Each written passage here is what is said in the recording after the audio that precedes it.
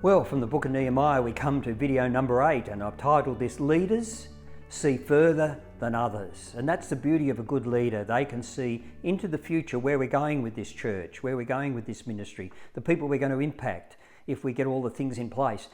With a business, we're going to take this business forward. It's not just getting by and paying bills. It's not just getting by and hoping we survive, let alone the week, just today.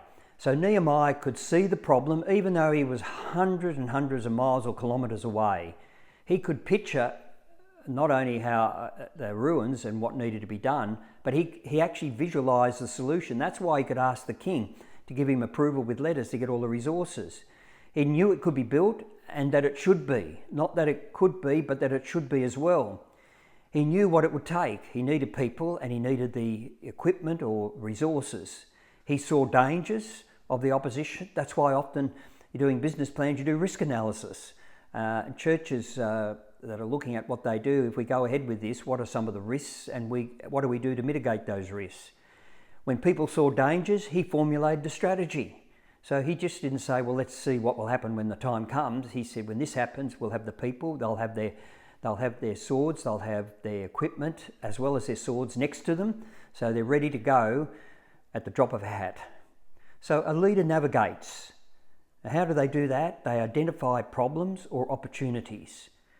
They then spend time in prayer. They approach the key people to work with them or to give them the authority or the connections that they need. They assess the situation.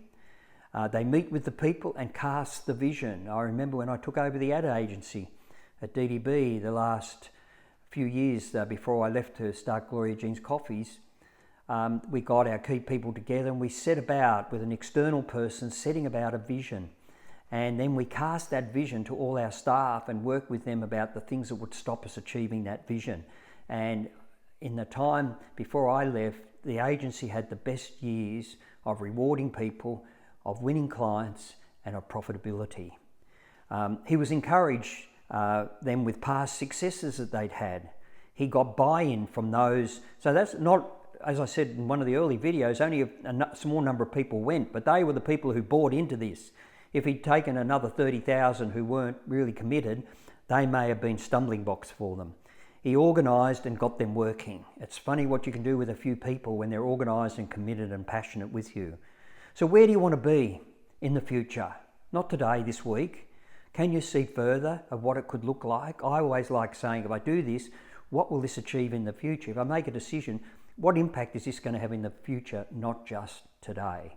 So see further than others. Be a leader that sees further.